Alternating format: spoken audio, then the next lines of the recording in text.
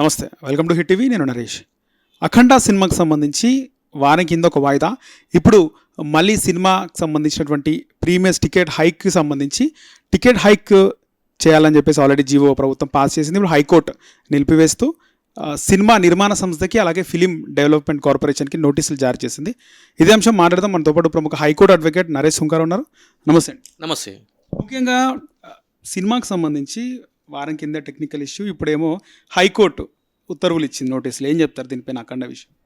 అఖండ ఒకటే కాదండి, గతంలో కూడా ఓజీ సినిమాకి సంబంధించి అదేవిధంగా పెద్ద సినిమాలు ఏవి రిలీజ్ అయినా కూడా ఈ ప్రొడ్యూసర్స్ ప్రభుత్వంతో ఒక లోపాయికారి ఒప్పందంతో ప్రభుత్వం దగ్గరికి వెళ్ళి సినిమా టికెట్లని హైక్ చేసుకొని ఒక వారం 10 రోజుల్లో ఒక సగటు కుటుంబం వచ్చి వినోదం కింద చూసేటువంటి సగటు వినోదం ఏముంటుంది అంటే కనుక సినిమా మాత్రమే ఉంటుంది. మిగిలిన ఏవని కూడా అవి అందుబాటులో ఉండవు. కానీ అటువంటి సినిమాని ఈరోజు సగటు సామాన్యుడికి అందుబాటులో లేకుండా ఇష్టం వచ్చినట్టు రేట్లతోటి ప్రభుత్వం జీవోలు ఇస్తుంది అని అంటే కనుక ఐబొమ్మ రవి లాంటి వ్యక్తులు పుట్టకుండా ఎందుకుంటారండి? నిన్నటి కాకపోతే మొన్న ఉదాహరణతో మనం చూసుకుంటానే ఉన్నాము, మనందరం కూడా మాట్లాడాము. ఎందుకు ఈ పైరసీ అనే భూతాన్ని అంతం చేయలేకపోతున్నాము అని అంటే కనుక ఎందుకు ఐబొమ్మ రవి అనే వ్యక్తికి ప్రజల నుంచి అంతటి ప్రేక్షకాదరణ వచ్చింది? ఎందుకు అంటే కనుక ఇటువంటి పనులు చేయడం వల్ల. ఇప్పటికీ కూడా ప్రభుత్వం కానీ సదరు నిర్మాతలు కానీ వాళ్ళు కానీ సిగ్గు తెచ్చుకొని సగటు సామాన్యుడికి అందుబాటులోకి టికెట్ రేటు కనుక అందుబాటులోకి తీసుకుని వస్తే ఈరోజు ప్రతి ఒక్క కుటుంబం కూడా థియేటర్లకు వెళ్ళి సినిమా చూసే పరిస్థితి ఉంది. కానీ ఎన్నిసార్లు చెప్పినా కూడా వాళ్ళ యొక్క ధోరణి మారదు. సో అటువంటిప్పుడు పైరసీ కూడా తన యొక్క ధోరణి మార్చుకోదు. ఇక్కడ ఈరోజు మనం మాట్లాడుకోవాలి అంటే కనుక సాక్షాత్తు రేవంత్ రెడ్డి గారు ముఖ్యమంత్రి అయిన వెంటనే అసెంబ్లీలో చెప్పిన మాట ఏంటి? మేము సినిమాలకు సంబంధించి ఎటువంటి రేట్లు పెంచమని చెప్పడం జరిగింది.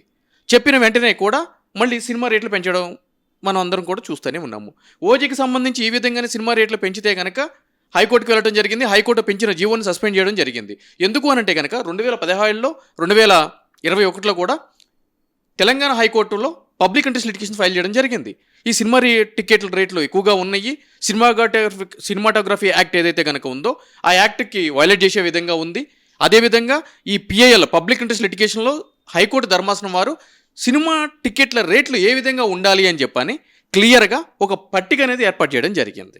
సో దాంట్లో సింగిల్ థియేటర్ ఏ విధంగా ఉండాలి, మల్టీప్లెక్స్లో ఏ విధంగా ఉండాలి, AC theatre non AC theatre ఈ విధంగా జిఎస్టీతో కలుపుకుని ఏ విధంగా ఉండాలి, వితౌట్ జిఎస్టీ ఏ విధంగా ఉండాలి, ₹50 నుంచి మొదలు పెట్టుకొని ఈ విధంగా టికెట్ల రేట్లు అనేది హైకోర్టు వారు ఒక సూచిక ఒక పట్టిక అనేది ఇవ్వడం జరిగింది.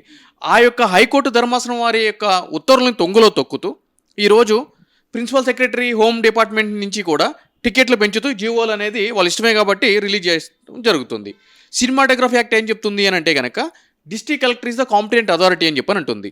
అదే మన సిటీలకు సంబంధించి commissioner is the authority. District collector అంటే కనుక కమిషనర్కి అథారిటీ ఉంటుంది. సో వీళ్ళకి సంబంధం లేకుండా స్ట్రైట్ అవే ఎటువంటి లా కూడా ఫాలో కాకుండా మనల్ని ఎవరు అడుగుతారనే ఉద్దేశంతో టికెట్ల రేట్లు ఈ విధంగా పెంచుకుపోవడం జరుగుతుంది.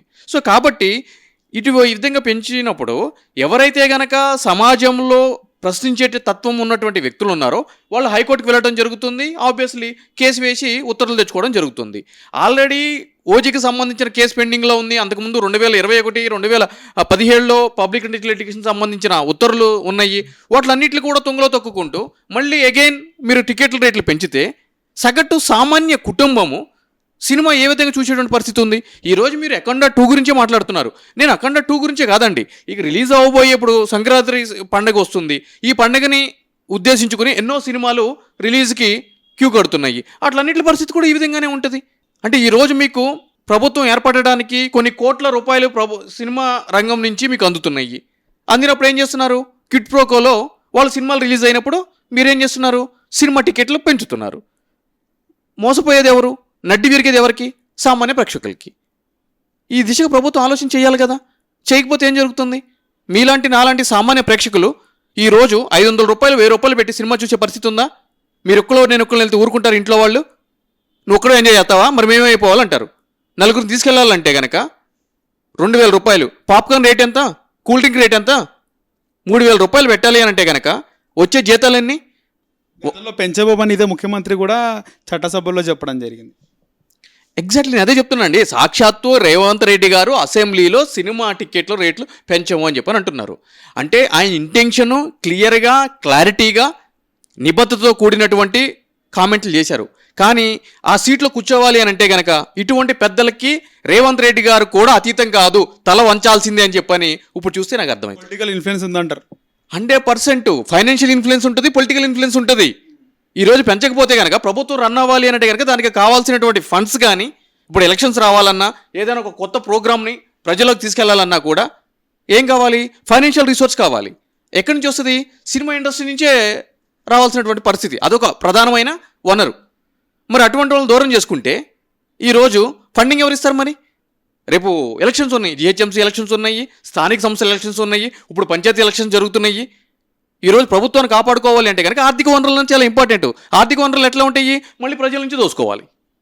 ప్రజలకు ఇచ్చే క్వార్టర్ బాటిల్ ఏదైతే ఉందో, వాళ్ళు ఇక్కడ దౌర్భాగ్యమైన పరిస్థితి ఏంటంటే కనుక క్వార్టర్ బాటిల్ ఎంత బ్రదర్? 80 రూపాయల, 100 రూపాయల, రకరకాల రేట్లు ఉంటాయి. రకరకాల రేట్లోనే. అంటే ఓటర్కి ఇచ్చేది అంత తక్కువ, చీప్ లిక్కర్ ఇస్తారు కదా, 100-150 లిక్కరు. ఒక ½ కిలో చికెన్ ఏమో ఇస్తున్నట్టున్నారంటే 100 అంటే ఒక 500 రూపాయలు అనుకోండి. ఇప్పుడు పంచాయతీ ఎలక్షన్స్కి 500 రూపాయలు ఇక్కడ ఓటర్కి ఇస్తున్నారు.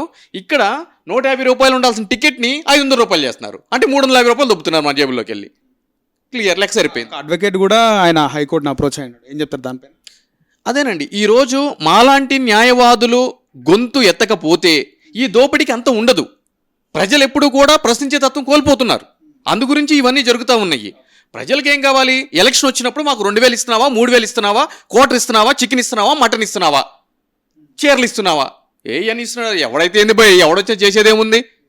వాళ్ళ దూరంలో వాళ్ళు వెళ్ళిపోతున్నారు. అట్లీస్ట్ మాలాంటి వాళ్ళు కూడా అన్నీ తెలిసిన వాళ్ళు ప్రశ్నించకపోతే సమాజం ఎటుపోతుంది? అందుకు సినిమా యాజ్ యూజువల్గా ఇప్పుడు ప్రీమియర్కి పోతుంది కదా, ఏముంటుంది? సినిమా టికెట్లు యాజ్ యూజువల్ సామాన్య రేట్లోనే అందుబాటులో ఉంటాయి హైకోర్టు ఉత్తర్వులు ఇచ్చిన తర్వాత. ఎస్, హిట్ టీవీ యాప్, ఇందులో short news, live news, entertainment shows, movies, digital magazines తో పాటు మీ జిల్లా వార్తలను కూడా ఫ్రీగా చూడొచ్చు. ఇంకెందుకు ఆలస్యం? వెంటనే హిట్ టీవీ యాప్ ని డౌన్లోడ్ చేసుకుని ఫ్రీగా ఎంటర్టైన్మెంట్ పొందండి. Hit TV app. Hit TV app. Please download hit TV app. Hit TV యాప్ని ఫ్రీగా డౌన్లోడ్ చేసుకొని ఎంజాయ్ చేయండి. మీకు నచ్చిన ఎంటర్టైన్మెంట్ కోసం హిట్ టీవీ యాప్ ని ఫ్రీగా డౌన్లోడ్ చేసుకుని ఎంజాయ్ చేయండి. హిట్ టీవీ యాప్ ని డౌన్లోడ్ చేసుకుని ఆస్వాదించండి, ఆశీర్వదించండి. ఇంతమంది సెలబ్రిటీలు హిట్ టీవీ యాప్ ని డౌన్లోడ్ చేసుకోండి అని చెప్తున్నారంటే ఎంత మంచి యాప్ ఆలోచించండి. అమెరికా అమెరికా అమెరికా అమెరికాలో చదవాలనుకునే వాళ్ళకి విశ్వసనీయమైన పేరు మన శౌర్య కన్సల్టెన్సీ. UK లో 1 year masters. UK లో 1 year masters. 2 years work permit up to 5 years visa. Contact Saurya Consultancy. Contact 89851 89851.